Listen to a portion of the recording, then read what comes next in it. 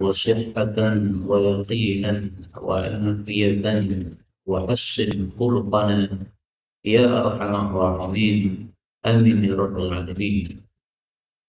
Alhamdulillah kaum muslimin rahimakumullah, kita lanjutkan pengajian fikih salat dari buku Diktat Salat karya Al-Ustaz Abdurrahman Syuddi hafizahullah ta'ala, dan kita sudah membahas sampai pada poin yang ke-10.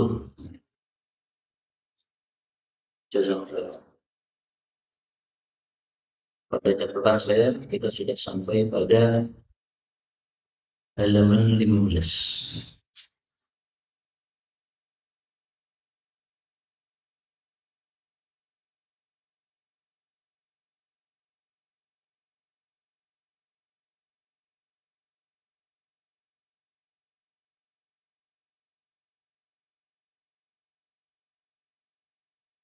Nah, ini sekarang kita lanjutkan poin yang ke-11 tentang bacaan i'tidal dan setelahnya. I'tidal adalah ketika kita berdiri tegak setelah kita melakukan rukuk. Nah, itu disebut sebagai i'tidal yang artinya tegak atau lurus. Hadis yang pertama tentang i'tidal, an Abi Hurairah radhiyallahu anhu anna Rasulullah sallallahu alaihi wasallam qala, idza qala al-imam, apabila imam sudah mengucapkan sami'allahu liman hamidah, semoga Allah mendengarkan, maksudnya mengabulkan kepada orang yang memuji Allah. Faqulu, maka ucapkanlah wahai para makmum, Allahumma rabbana walakal hamd. Wahai Allah, Rabb kami, hanya padamu segala pujian. Fa'innahu, karena sesungguhnya, man wafaqa qawluhu, barang siapa yang ucapannya Allahumma rabbana walakal hamd itu sesuai qaulal malaikat, dengan perkataan para malaikat, bertepatan dengan perkataan para malaikat, ghufira lahu ma taqaddam min dhanbi, diampuni baginya semua yang telah lalu dari dosa-dosanya. Kaum muslimin rahimani wa rahimakumullah, hadis ini mengandung 3 masalah. Masalah yang pertama, disyariatkan makmum mengucapkan Allahumma rabbana walakal hamdu yang disebut tahmid setelah imam mengucapkan sami Allahu liman hamidah yang disebut tasmi'. Dan ini masalah yang diperselisihkan oleh para ulama. Sebagian ulama mengatakan makmum tidak membaca sami Allahu liman hamidah, tetapi hanya membaca Allahumma rabbana walakal hamdu berdasarkan zahir hadis ini. Adapun mazhab Syafi'i, mereka berpendapat bahwa makmum dan imam sama-sama mengucapkan sami Allahu liman hamidah. Setelah itu baru mengucapkan Allahumma rabbana walakal hamd. Karena itu makmum ya boleh membaca tasmi', boleh juga tidak, karena adanya perselisihan pendapat di antara para ulama dalam hal ini. Kemudian yang kedua, hadis ini menunjukkan bahwa setelah tasmi' kita membaca tahmid Allahumma rabbana walakal hamd. Nah, tahmidnya ini boleh 4 cara. Cara yang pertama, ini yang paling lengkap, Allahumma rabbana walakal hamd. Cara yang kedua, Allahumma-nya dihapus menjadi rabbana walakal hamd. Cara yang ketiga, wawunya yang dihapus, Allahumma rabbana lakal hamd. Cara yang keempat, Allahumma-nya dihapus, wawunya juga dihapus. Berarti menjadi rabbana lakal hamd. Nah, 4 ini semuanya sahih dari baginda Rasulullah sallallahu alaihi wasallam. Kemudian masalah yang ketiga, barang siapa yang ucapan tahmidnya tersebut sesuai dengan ucapan malaikat, maka fadilahnya diampuni semua dosanya. Jadi ini termasuk rahmat Allah yang sangat besar. Orang melakukan salat, kalau ucapan tahmidnya sesuai dengan ucapan malaikat, maka diampuni dosanya oleh Allah. Tapi yang dimaksud sesuai ini apa? Diperselisihkan ulama. Ada yang mengatakan sesuai itu maksudnya sama waktunya, bareng. Nah, kapan malaikat mengucapkan Allahumma rabbana walakal hamdu? ya setelah imam mengucapkan sami Allah liman hamidah. Makanya setelah imam mengucapkan sami Allah liman hamidah, kita disuruh langsung mengucapkan Allahumma rabbana walakal hamdu. Sebagian lagi mengartikan sesuai ini maksudnya sesuai dalam hal ikhlasnya. Mengucapkannya ikhlas, mengucapkannya khusyuk. Nah, ikhlas dan khusyuknya itu sama dengan ikhlas dan khusyuknya para malaikat. Sehingga sesuai dalam hal batinnya, bukan dalam hal waktu pengucapannya. Wallahu a'lam bishawab. Ada dua pendapat. Maka ringkasnya, ketika imam mengucapkan sami Allah liman hamidah, hendaklah kita segera mengucapkan Rabbana walakal. Kemudian beliau menjelaskan dari hadis ini, demikian juga dari hadis lain, jelas bahwa makmum tidak membaca sami Allah liman hamidah, tetapi hanya imam saja. Jadi ini penulisnya memilih pendapat mayoritas ulama bahwa makmum tidak membaca tasmi'. Tapi seandainya panjenengan membaca tasmi' sebagai makmum mengikuti mazhab Syafi'i, tidak masalah. Dalilnya apa ya? Dalil-dalil umum bahwasanya Nabi kalau sholat membaca tasmi', dan kita disuruh meniru sholat Nabi, berarti makmum pun juga membaca tasmi'. Tapi kalau menurut zahir hadis ini, memang makmum tidak membaca tasmi'. Kemudian barulah imam dan makmum membaca Allahumma rabbana walakal hamdu. Ini disebut tahmid. Tambahan, pada sebagian riwayat pada bacaan itu ada tambahan sehingga lengkapnya berbunyi Allahumma rabbana walakal hamdu mil'as samawati wa mil'al ardi wa mil'a ma syi'ta min syai'in ba'du. Ini boleh dibaca mil'a, boleh juga dibaca mil'u. Berarti mil'us samawati wa mil'ul ardi wa mil'u ma syi'ta min syai'in ba'du. Tambahan ini tidak wajib ya. Jadi seandainya Allahumma rabbana walakal hamdu kemudian Allahu akbar ruku', apakah sah? Sah. Karena apa? Karena sudah tumakninah. Tumakninah itu seseorang tenang di dalam gerakannya sehingga tidak ada gerakan sama sekali. Sami Allah liman hamidah, kemudian Rabbana walakal hamdu. Nah, ngomong ini kan berarti sudah tenang badannya. Maka tumakninah itu menurut para ulama sekitar orang membaca satu kali tasbih, itu namanya sudah tumakninah. Sehingga tambahan ini tidak wajib dibaca. Tapi kalau dibaca bagaimana? Pahalanya tambah. Bahkan sebenarnya ada yang lebih panjang dari itu. Maka beliau mengatakan ada juga riwayat-riwayat lain yang menerangkan bacaan-bacaan yang berbeda dengan bacaan yang tersebut itu. Di antara bacaan itu ada yang pendek, tetapi banyak juga yang panjang. Nah, yang pendek tadi ya, Rabbana lakal hamdu. Berarti Allahumma-nya dihapus, wawunya dihapus, itu pendek. Tapi di sini beliau mengatakan banyak juga yang panjang. Ini saya nggak ngerti. Kok beliau mengatakan banyak, ini saya nggak ngerti. Karena yang saya tahu ya cuma dua macam saja yang panjang. Tapi mungkin maksudnya banyak juga yang panjang itu, maksud beliau adalah ada beberapa model bacaan yang lain. Maksudnya begitu. Adapun kalau kita pengen yang paling lengkap dan paling panjang, maka kita membaca yang diriwayatkan oleh Imam Muslim. Imam Muslim meriwayatkan di dalam kitab sahihnya bacaan yang panjang setelah rukuk. Perhatikan bacaannya Allahumma rabbana lakal hamdu mil'us samawati wa mil'ul ardi wa mil'u ma syi'ta min syai'in ba'du. Nah, ini sudah dua kita baca ya. Nah, sekarang tambah satu lagi. Ahlas tsana'i wal majdi la mani'a lima a'taita wa la mu'tiya lima mana'ta wa la yanfa'u dzal jaddi minkal jaddu. Ini tambahannya yang sahih di dalam riwayat Imam Muslim dan itu lebih sempurna kalau kita baca. Seandainya tidak dibaca, tidak apa-apa. Kalau saya biasanya membacanya yang panjang ini pada sholat subuh sama sholat Jumat. Kenapa? Sholat subuh dan sholat Jumat disuruh oleh Nabi bacaan Qur'annya lebih panjang.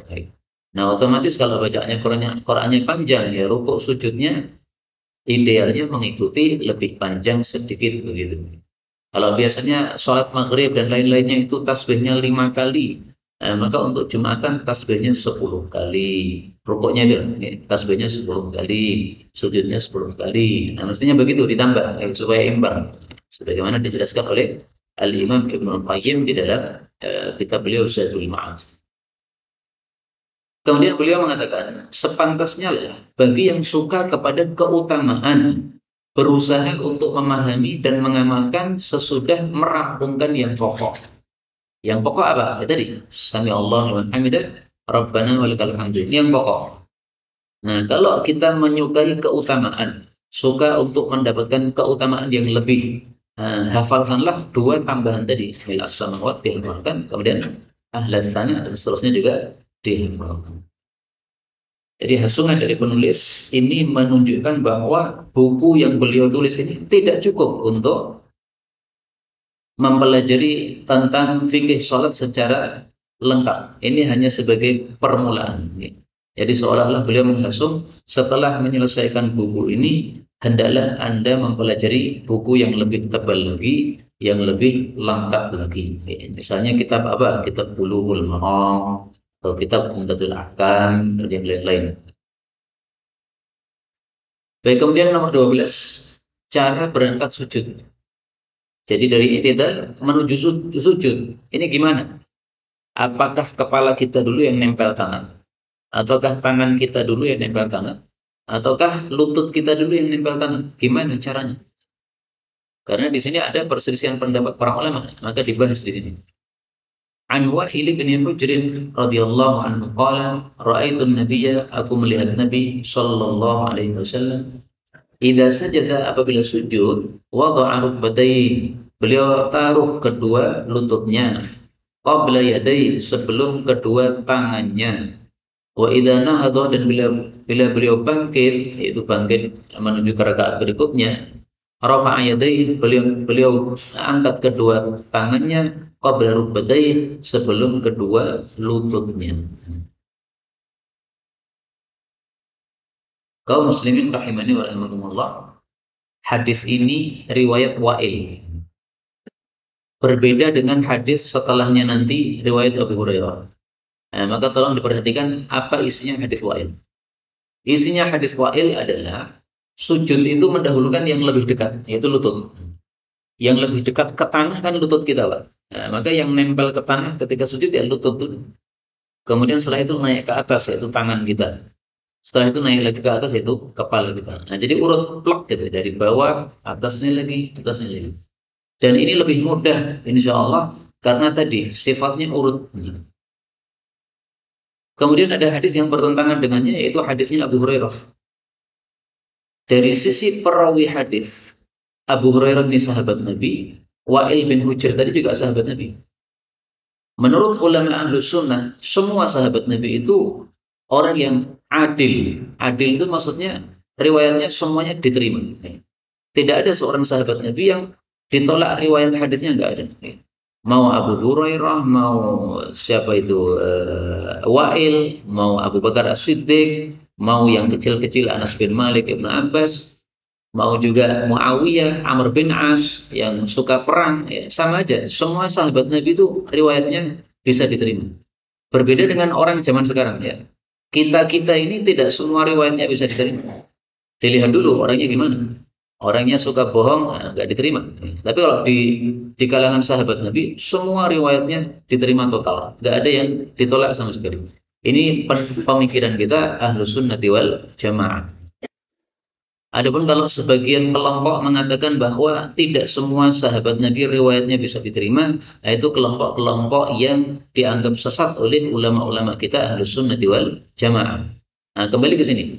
Abu Hurairah riwayatnya bisa diterima, Wa'il riwayatnya bisa diterima. Tapi ternyata di sini bertentangan. Kata Abu Hurairah, qala Rasulullah sallallahu alaihi wasallam, idza sajada ahadukum, kalau seseorang sujud, fala yabruk, janganlah menderum, janganlah turun, kama yabrukul ba'ir, sebagaimana menderumnya seekor unta. Wal yadha' yadayhi, maka hendaklah letakkan tangannya dulu, qabla rukbatayhi, sebelum meletakkan kedua lututnya. Nah, jadi menurut riwayat Abu Hurairah malah tangan dulu, pelak. Kalau sudah tangan nempel ke tanah, baru lututnya nempel. Sebagian orang ada kebiasaan begitu, katanya itu lebih mudah. Nah, mungkin lebih mudah untuk dia. Tapi tampaknya rata-rata orang ya lebih mudah lutut dulu. Kenapa? Tadi nalarnya lebih dekat ke tangan, maka lebih mudah untuk ditempelkan duluan ke tangan. Sebagaimana semua kita sepakat, yang paling susah itu kalau kita nempelkan kepala dulu. Sujud kepala dulu, itu paling susah itu. Dan itu tidak ada ulama yang berpendapat begitu, nggak ada. Karena itu ya susah dan tidak mungkin dan tidak diajarkan oleh baginda Rasulullah Sallallahu Alaihi Wasallam. Tapi dari situ kita ambil pelajaran bahwa memang yang paling mudah itu yang paling dekat ke tanah, yaitu lututnya. Nah sekarang ketika ada dua pendapat atau dua hadis seperti ini, padahal sama-sama hadis itu disahihkan oleh sebagian ulama. Ada yang mensahihkan hadis pertama, ada yang mensahihkan hadis kedua. Nah, maka di sini beliau penulis memberikan keterangan. Ya. Dua hadis di atas bertentangan antara satu dengan lainnya dan sulit untuk dikumpulkan. Artinya sebagian hadis itu bertentangan tapi bisa dikompromikan. Di sini nggak bisa dikompromikan. Orang satunya melarang, satunya malah apa? Menyuruh. Serahnya nyambung belas, nggak bisa dikumpulkan. Karena itu sebagian ulama menganggap hadis Wa'il lebih kuat, yakni yang pertama, yaitu mendahulukan lutut tadi. Sedang sebagian lain menganggap justru hadis Abu Hurairah, hadis kedua yang lebih kuat, yaitu yang mendahulukan tangan tadi. Sebagian menganggap menaruh dua tangan sebelum dua lutut itu menyalahi contoh, itu menyalahi praktek Nabi. Contoh maksudnya apa? Praktek Nabi. Yang lain justru menuduh bahwa menaruhkan dua lutut lebih dahulu itu menyalahi larangan. Tadi kan larangannya jangan meniru onta kan. Jadi saling menguatkan pendapatnya masing-masing lah. Hadismu itu salah karena apa? Menyalahi larangan. Yang satunya mengatakan hadismu yang salah karena tidak sesuai praktek Nabi. Nah, ringkasnya dua pendapat itu semuanya menguatkan pendapat masing-masing. Beliau mengatakan ada yang menganggap bahwa hadis Abu Hurairah itu terbalik matan atau bunyi hadisnya. Jadi mestinya Nabi bukan mengatakan taruhlah tangan sebelum kaki, tapi mestinya Nabi mengatakan taruhlah lutut sebelum tangan. Hanya perawinya hadis itu salah sehingga dia ngomongnya terbalik. Kan biasa tau orang ngomong terbalik kan biasa. Oh, saya pernah menyampaikan ini hidung kita, hidung sambil sambil megang telinga sampai saya ngomongnya hidung, orang nyambung jelas. Itu karena apa? Eh, Antara ucapan dengan pikiran kadang-kadang nggak nyambung. Nah, maka bisa saja ini perawinya terbalik. Dan dijawab pula oleh yang lain bahwa tidak terbalik itu sudah benar. Coba lihat bagaimana unta cara turunnya itu sudah benar kalimat Nabi itu nggak terbalik. Beliau mengatakan, kalau hadis Abu Hurairah itu akan dikatakan terbalik, dia itu mempunyai syahid. Syahid itu hadis yang menguatkan. Dari hadis Ibnu Umar, riwayat Imam Bukhari dan lainnya, di mana Ibnu Umar menaruh dua tangannya terlebih dahulu sebelum dua lututnya. Dan inilah yang dikatakan oleh penulis kitab Bulughul Maram. Imam Ibnu Hajar dalam kitab Bulughul Maram mengatakan, lebih kuat hadis yang mendahulukan tangan dulu. Kenapa? Karena yang mendahulukan tangan ini dikuatkan oleh perbuatan Ibnu Umar. Padahal Ibnu Umar itu sahabat Nabi yang paling ketat mengikuti sunnah Nabi. Sampai Nabi kalau safar melewati satu tempat, maka beliau safar pasti lewat tempat itu, nggak mau jalan yang lain. Padahal safar itu lewat mana saja kan boleh, bebas. Tapi Ibnu Umar maunya lewat jalan itu. Kenapa? Nabi dulu lewat situ. Bahkan kalau Nabi kencing di satu tempat, Ibnu Umar juga turun kencing. Loh, kenapa kencing di sini? Padahal orang kebelet. Karena dulu Nabi kencing di sini. Masya Allah. Masalah kencing saja Ibnu Umar sangat ketat begitu meniru Nabi. Apalagi masalah sholat. Ini pasti beliau meniru Nabi SAW. Nah, maka beliau penulis Bulughul Maram menguatkan pendapat mendahulukan tangan. Ringkasnya gimana? Nah, beliau memberikan kesimpulan. Cara berangkat sujud tanpa mengangkat kedua tangan hanya bertakbir saja menurut hadis yang lain dan dengan memilih dua hadis di atas. Jadi ketika mau sujud itu tidak usah Allahu Akbar angkat tangan. Saya merasa heran sebagian orang-orang di Solo ini kalau mau sujud itu Allahu Akbar angkat tangan. Saya terus terang sampai hari ini dicari dalilnya saya nggak nemu. Saya kalau ditanya dalilnya apa sih orang-orang yang sebelum sujud angkat tangan, saya nggak ngerti. Jadi sudah beberapa kitab hadis saya pelajari itu belum nemu dalil seperti itu. Yang saya temukan adalah bahwasanya Nabi mengangkat tangan setiap gerakan. Mau sujud angkat tangan, bangkit dari sujud angkat tangan, mau sujud yang kedua angkat tangan lagi. Kalau itu malah ada itu. Tapi hadisnya dinilai dhaif oleh mayoritas para ulama. Tapi kalau hanya mengangkat tangan sebelum sujud, saya nggak ngerti dalilnya apa. Maka nggak usah diikuti perbuatan seperti itu. Meskipun saya lihat ada beberapa orang yang melakukannya di kota Solo ini. Nah, kemudian kita memilih antara dua hadis di atas. Satu, dengan mengamalkan hadis Wa'il, dengan sendirinya tidak mengamalkan hadis Abu Hurairah. Dua, dengan mengamalkan hadis Abu Hurairah, dengan sendirinya menyalahi atau tidak mengamalkan hadis Wa'il. Artinya pilih salah satu tadi bebas. Panjenengan mendahulukan tangan dulu, sah, sepakat para ulama bahwa itu sah. Panjenengan mendahulukan lutut dulu, sah, sepakat para ulama itu sah. Nah, yang salah yang mana? Yang salah kalau mendahulukan kepala dulu, itu yang salah. Kalau mendahulukan tangan, ada hadisnya. Mendahulukan lutut juga ada hadisnya. Ibnu Taimiyah mengatakan, dua-duanya itu sama-sama sahih, maksudnya sama-sama boleh. Lah terus perselisihan ulama ini perselisihannya apa ini? Ini hanya perselisihan mana lebih utama. Lebih utama ketika mau sujud itu tangan dulu yang nempel, atau lebih utama sujud itu lutut dulu yang nempel. Hanya mana lebih utama saja yang diperselisihkan. Tapi kalau masalah keabsahannya tidak ada perselisihan. Tidak ada satupun ulama yang mengatakan kalau kamu tangan dulu tidak sah atau kamu lutut dulu tidak sah. Enggak. Nah, karena itu silahkan panjenengan pilih mana. Kalau saya itu kadang ini, kadang itu. Kenapa saya sengaja kadang mendahulukan tangan, kadang mendahulukan lutut, supaya orang ngerti, dua-duanya itu sama-sama boleh sesuai kesepakatan para ulama, salatnya sah. Hanya diperselisihkan mana yang lebih utama. Guru saya dari Mesir, Syekh Abu Ishaq Al-Huwaini, menulis satu kitab judulnya Nahyus Suhbah Anin Nuzul Birrukbah. Melarang para sahabat-sahabatku jangan mendahulukan lutut dulu ketika akan sujud. Jadi beliau, Syekhuna Abu Ishaq Al-Huwaini, pendapatnya seperti pendapat penulis kitab Bulughul Maram. Dahulukan tangan dulu. Kenapa? Hadisnya lebih kuat. Kenapa lebih kuat? Karena dipraktikkan oleh Ibnu Umar. Tapi panjenengan yang biasa lutut dulu, seperti saya juga biasa lutut dulu, tidak ada masalah melanjutkan kebiasaan tersebut. Bahkan itulah pendapat mayoritas. Mayoritas apa? Lutut dulu. Baik, kita lanjutkan poin yang ke-13. Cara sujud dan larangan sikap padanya. Hadis yang pertama, Abdullah bin Malik bin Buhainah. Ini mestinya tidak ada alifnya ya. Malik bin itu tanpa alif mestinya. Wallahu a'lam. Anna Nabi sallallahu alaihi wasallam kana adalah Nabi idza shalla, kalau salat farraja baina yadayhi. Beliau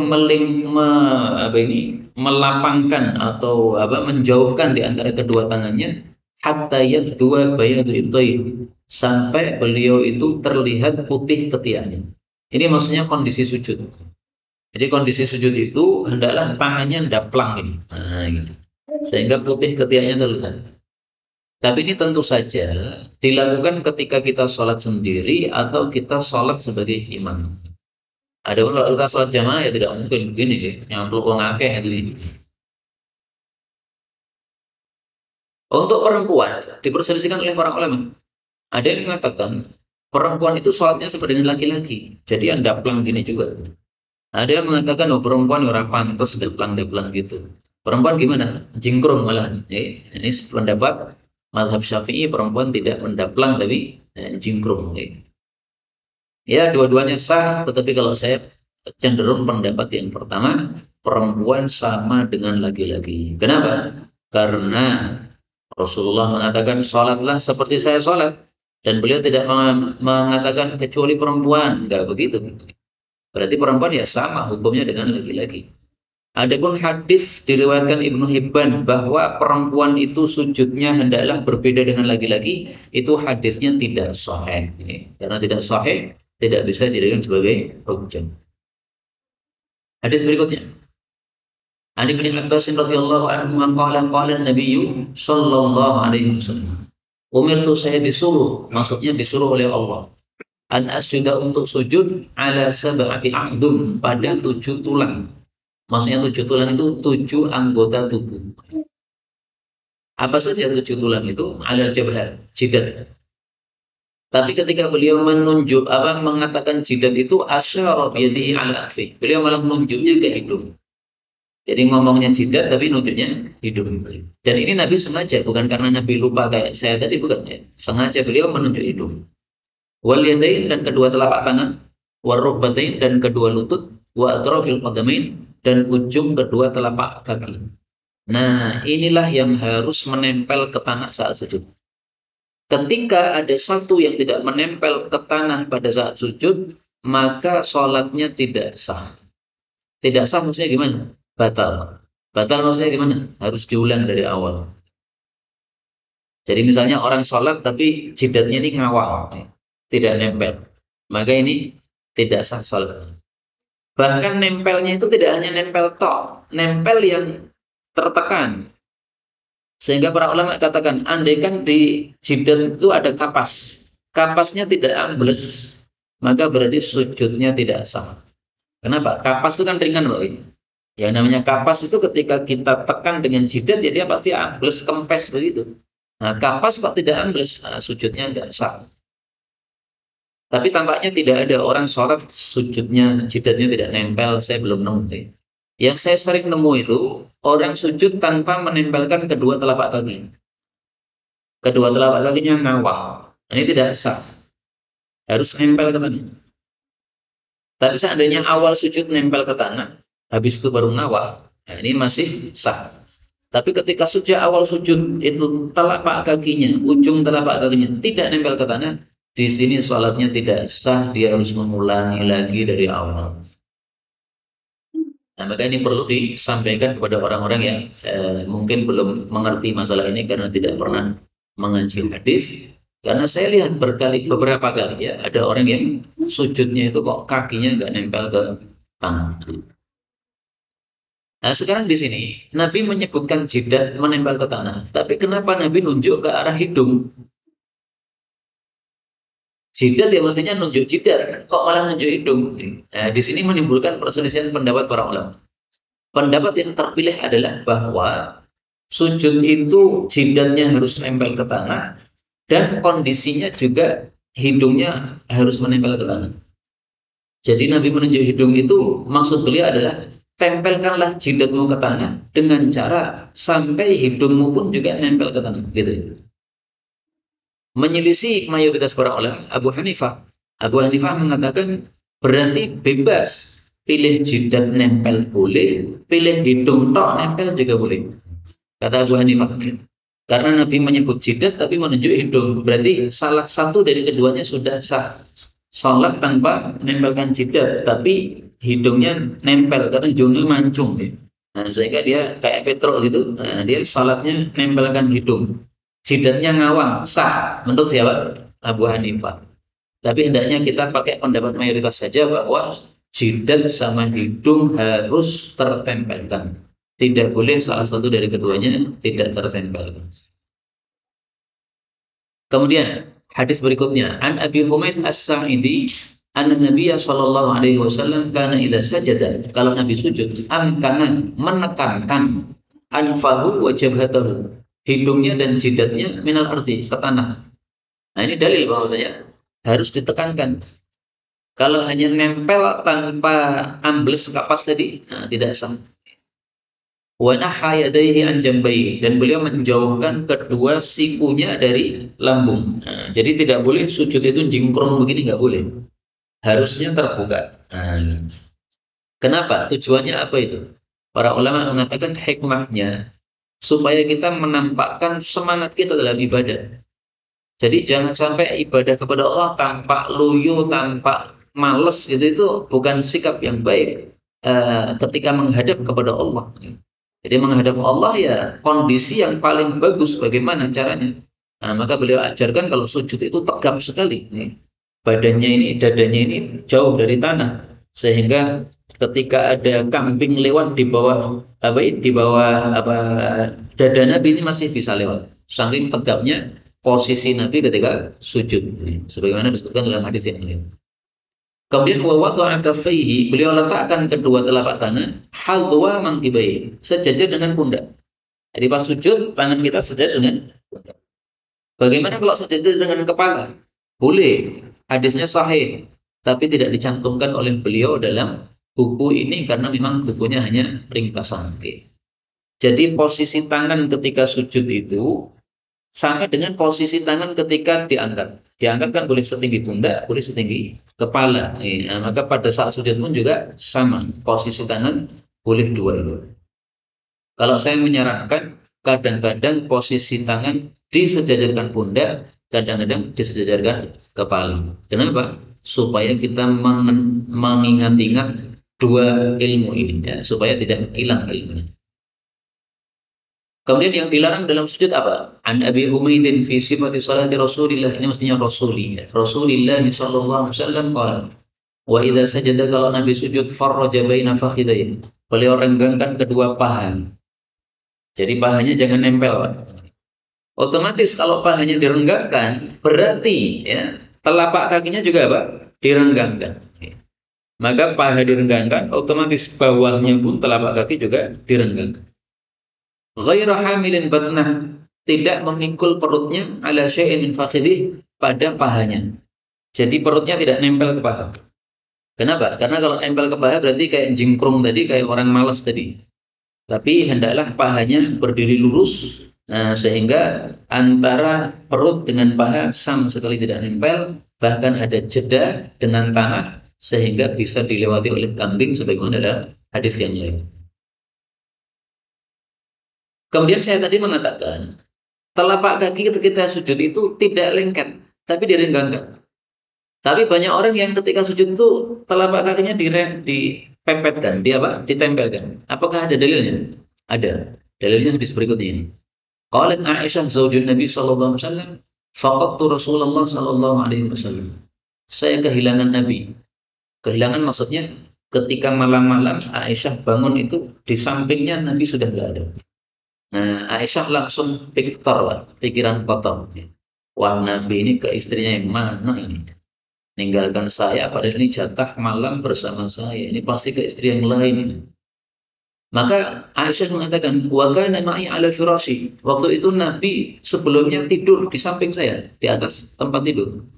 Fawajadtuhu sajidan. Ternyata setelah dicari-cari, Nabi kondisinya sedang sujud sholat tahajud. Jadi Aisyah tampaknya saking cemburunya sampai muncul pikiran kotor tadi. Ternyata tidak benar pikirannya. Yang benar Nabi tahajud. Ketika sujud itu roson akibai, menempelkan, merapatkan kedua tumitnya. Nah, ini dalil orang-orang yang ketika sujud kedua tumitnya ditempelkan. Tapi kalau saya tidak mau menempelkan. Kenapa? Hadis ini diperselisihkan derajatnya oleh para ulama. Banyak yang mendhaifkan hadis ini. Meskipun ada juga yang mensahihkan.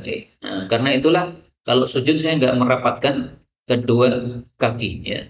Tapi kedua kaki itu direnggangkan. Kenapa kok kedua kaki direnggangkan? Karena tadi hadis sebelumnya tadi pahanya direnggangkan. Nah, kalau paha direnggangkan ya otomatis kakinya semuanya ikut direnggangkan. Mustaqbilan bi atrafi asabi'il qiblah, menghadapkan ujung-ujung jari kaki ke arah kiblat. Nah, ini banyak orang yang melanggar. Sujud, telapak kakinya cuma lurus ini. Berarti ujung jarinya tidak menghadap kiblat, mestinya dibengkokkan. Nah, gini. Sehingga ketika ujung telapak kaki ini dibengkokkan, otomatis jarinya menghadap ke arah kiblat. Tidak hanya jari, tapi juga tidak hanya jari kaki, tapi juga jari tangan dihadapkan ke arah kiblat. Fasami'tuhu yaqul, maka pada saat sujud tadi Nabi mengucapkan a'udzu biridhaka min sakhatika wa bi'afwika min 'uqubatika wa bika minka tusni 'alaika la ablughu kullama fika. Ini salah satu doa sujud. Jadi doa sujud itu bermacam-macam, bahkan boleh kita berdoa dengan doa bebas. Misalnya punya hutang, nah, maka doanya dalam sujud, Allahumma iqdi daini, ya Allah lunasi hutangku. Boleh. Wah, saya nggak bisa bahasa Arab, gimana ini? Boleh nggak pakai bahasa Jawa? Ya Allah, tolong utang kula panjenengan lunasi. Asal napa boten ngene. Menurut mazhab Syafi'i boleh apabila tidak bisa bahasa Arab. Jadi saya nggak boleh ketika sujud doa bahasa Jawa nggak boleh. Kenapa? Saya bisa bahasa Arab. Tapi yang tidak bisa bahasa Arab, maka boleh ketika sujud dengan doa bahasa Jawa. Kenapa? Karena Rasul Shallallahu Alaihi Wasallam tidak pernah mewajibkan sholat haruslah kamu berbahasa Arab. Sementara sahabat-sahabat Nabi kan banyak sekali, ada yang orang Arab, ada yang tidak Arab. Tapi kalau saya lebih suka pendapat yang kedua, bahwasanya orang salat tidak boleh tanpa bahasa Arab. Nah, terus kalau nggak bisa gimana? Nah, cukup dibatin dalam hati, Allah mengetahui isi hati kita. Atau panjenengan tanya dulu kepada saya, saat saya mau doa kayak begini, ini Arabnya kayak apa? Nah, mungkin kalau Arab gandean, ya, panjenengan hafalkan, nanti pas sujud dibaca. Falamma sarafa qala, tatkala selesai salat, beliau mengatakan, "Ya Aisyah, wahai Aisyah, akhadaki syaitanuki, kamu itu terkena setan, sehingga kamu itu pikiran kotor tadi." Maka Aisyah mengatakan, "Loh, apakah Anda juga punya setan? Kok saya ada setannya, apakah Anda juga punya setan?" Maka Nabi mengatakan, "Semua manusia itu ada setannya." Namanya setan apa? Setan korin. Jadi setiap manusia punya setan pada tubuhnya yang masuk dalam aliran darahnya. Namanya setan korin. Maka saya mengatakan, apakah Anda juga wahai Rasulullah? Maka beliau ini mestinya Rasulullah, bukan Rasul. Maka beliau mengatakan, saya juga. Tapi saya ditolong oleh Allah sehingga aslama setannya masuk Islam. Nah, kalau setanmu burung cetok, apakah Islam atau kafir atau ahli bid'ah? Jadi para ulama mengatakan semua model-model kesesatan pada manusia itu ada pada setan. Artinya kalau di manusia ada muslim, ada kafir, maka jin itu juga ada muslim, ada kafir. Demikian juga di kalangan manusia ada ahlus sunnah, ada ahli bid'ah. Berarti di kalangan jin juga ada ahlus sunnah, ada ahli bid'ah. Jadi jin syiah itu ada. Jin khawarij ada. Jin mu'tazilah ada. Jin ahlus sunnah juga ada. Wallahu a'lam. Itu penjelasan para ulama. Saya nggak ngerti, nggak pernah ketemu jin ya Pak. Sampai hari ini saya belum pernah ketemu dengan jin, belum pernah. Sebagian teman saya katanya pernah nemu gitu ya, ketemu apa gendruwo atau apa. Saya belum pernah nemu.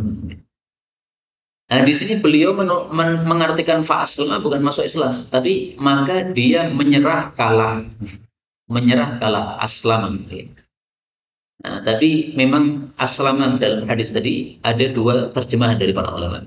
Ada yang mengartikan aslama itu masuk Islam, karena masuk Islam maka dia perintahnya selalu baik, selalu membisiki baik kepada Nabi SAW. Ada yang mengartikan aslama ini, kalah ini, pasrah, kalah, artinya tidak bisa mengganggu Nabi SAW karena dibantu oleh Allah Subhanahu wa Ta'ala. Ini terserah mana terjemahnya, kalau dengan pilih. Kalau saya pilih yang aslama ya lebih tenar terjemahnya aslama masuk Islam. Baik, kita lanjutkan sedikit lagi. Wa Anas bin Malik an Nabi sallallahu alaihi wasallam qala iqtadilu fi sujud. Luruslah dalam sujud. Wala yabsut ahadukum dira'ihi imbisatal qalbi. Jangan menghamparkan tangan seperti anjing. Artinya hasta kita ini enggak boleh nempel ke tanah. Ketika hasta kita menempel ke tanah itu mirip anjing yang sedang rehat di atas tanah, kayak begitu sikapnya. Nah, maka manusia ini lebih utama daripada anjing dan sebagainya. Jangan meniru-niru sikap anjing dan sebagainya yang tidak utama tadi. Dan hadis ini menunjukkan bahwa sujud itu adalah lurus. Maka posisinya tadi tegap tadi. Pahanya lurus, telapak kakinya lurus, kemudian perutnya dijauhkan dari tanah. Hadis terakhir, wa an Wa'ilin anna Nabi sallallahu alaihi wasallam kana idza sajada, kalau sujud dhamma asabi'ah, merapatkan jari-jari. Ini maksudnya jari tangan. Kenapa dirapatkan begini? Ini supaya semuanya menghadap ke arah kiblat. Jadi orang sholat itu disuruh menghadap ke arah kiblat. Tidak hanya badannya, tapi juga semuanya. Sampai jari-jari tangan disuruh kayak begini. Makanya kalau sholat niku berdirinya jangan begini Pak. Ini cara sholat yang berdiri yang salah. Berdiri nopo gitu di selain. Ngeplek nopo-nopo. Nah itu nggak serong itu, nggak benar ya. Jadi berarti lurus. Kenapa lurus? Supaya kita menghadap ke arah kiblat sempurna. Kalaupun belok-belok dikit ya nggak masalah. Yang penting orang masih melihat, wah ini menghadap kiblat. Tapi kalau miring banget gini, nah ini menghadapnya bukan ke kiblat, kiblatnya di sini malah dia ngadap ke sana, ada gereja, sana ada gereja, malah menghadap ke gereja dan ini. Hadapkan ke arah kiblat. Kesimpulan cara sujud, 7 anggota sujud ditekankan ke lantai, dahi dan hidung, tangan kanan, tangan kiri, lutut kanan, lutut kiri, ujung kaki kanan, ujung kaki kiri. 2 tangan sebanding dengan 2 pundak, sedang jari-jari tangan dirapatkan. 2 tangan, yaitu lengan, lepas dari lambung, tetapi juga tidak menempel lantai. Karena kalau menempel lantai, seperti anjing tadi. 2 lutut atau paha tidak saling merapat dan tidak menempel perut, tidak ditindih. Boleh juga sujud dilakukan dengan merapatkan 2 tumit, tetapi jari-jari kaki tetap menghadap ke arah kiblat. Keterangan penutup nih. Ada juga riwayat lain yang menerangkan bahwa muka ditaruhkan di antara kedua tangan. Ketika sujud, pas kedua tangan kita ini bersampingan dengan muka.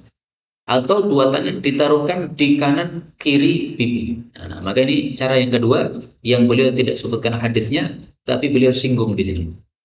Apabila anjing berbaring, maka menghamparkan 2 siku anggota depannya menempel lantai. Kita dilarang meniru anjing. Nah, dalam hal lain juga jangan meniru anjing, Pak. Anjing biasanya nempel tembok, angkat kaki, cur. Jangan meniru anjing kayak begitu. Mau pipis ke kamar mandi, kemudian duduk yang baik. Baik, inilah yang dapat kita pelajari. Benarnya dari Allah. Kalau ada salahnya, fa astagfirullahaladzim li wa lakum. Kalau masih ada sisa waktu, ya, kita buka soal jawab.